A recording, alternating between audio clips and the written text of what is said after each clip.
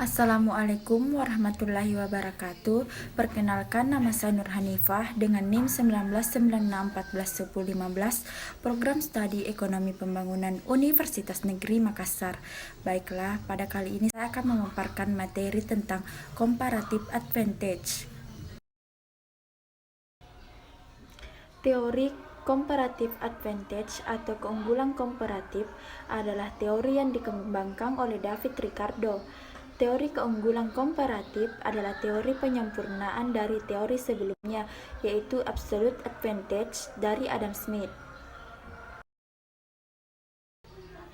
Comparative advantage adalah teori yang menyatakan bahwa barang yang memiliki nilai kegunaan pasti juga memiliki nilai penukaran. Pencetus teori ini adalah David Ricardo. Melalui teori ini, penukaran barang berlaku selama barang yang ditukar masih dapat digunakan. Keunggulan komparatif muncul karena menghasilkan barang dan jasa dengan biaya peluang yang lebih rendah. Adapun asumsi keunggulan komparatif yang pertama, produksi hanya melibatkan dua jenis dan dua negara. Yang kedua, tidak ada biaya transportasi, yang mana dapat mengeliminasi efek dari biaya peluang dan mempengaruhi harga jual. Yang ketiga, pasar beroperasi pada persaingan sempurna di kedua negara. Yang keempat, produksi hanya terdiri dari tenaga kerja. Yang kelima, tenaga kerja adalah mobile di pasar domestik, tapi immobile antar negara. Trade based on comparative advantage. The law of comparative advantage kritik David Ricardo terhadap teori keunggulan absolut Adam Smith. Kedua negara akan memperoleh keuntungan dengan masing-masing melakukan spesialisasi dalam produksi dan mengekspor komoditi yang memiliki keunggulan komparatif. Perbedaan antara comparative advantage dan absolute advantage.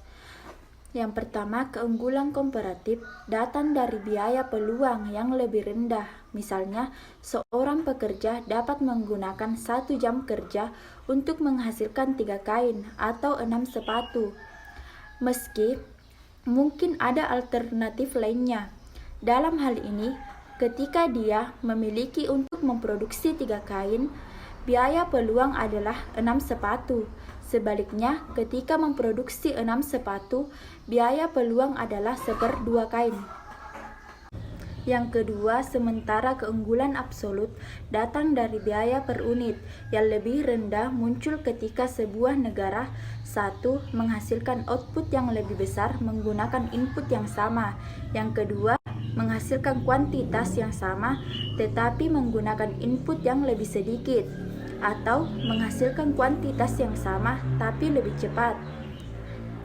Contohnya, pekerja memiliki keunggulan absolut dalam memproduksi sepatu. Dia dapat menghasilkan 6 unit untuk 1 jam kerjanya, lebih banyak daripada 3 unit untuk kain. Kritik terhadap keunggulan komparatif yang pertama, produksi dan perdagangan tidak hanya melibatkan dua barang dan dua negara. Yang kedua, perdagangan antar negara melibatkan biaya transportasi, sehingga mengasumsikannya tidak ada yang mustahil. Yang ketiga, tenaga kerja bukanlah satu-satunya faktor produksi. Modal, sumber daya alam, dan kewirausahaan berperan penting dalam produksi. Yang keempat, tenaga kerja tidak selalu mobile. Pekerja membutuhkan waktu untuk menemukan pekerjaan baru ketika beralih ke industri yang berbeda. Yang kelima, model mengecualikan efek teknologi. Kemajuan teknologi mempengaruhi perbedaan produktivitas tenaga kerja. Kesimpulannya, barang yang memiliki nilai guna pasti juga akan memiliki nilai penukaran. Produksi dan perdagangan tidak hanya melibatkan dua barang dan dua negara. Tenaga kerja adalah mobile di pasar domestik tetapi immobile antar negara. Mungkin itulah yang bisa saya jelaskan, lebih dan kurangnya mohon dimaafkan. Wabillahi taufiq wal hidayah. Wassalamualaikum warahmatullahi wabarakatuh.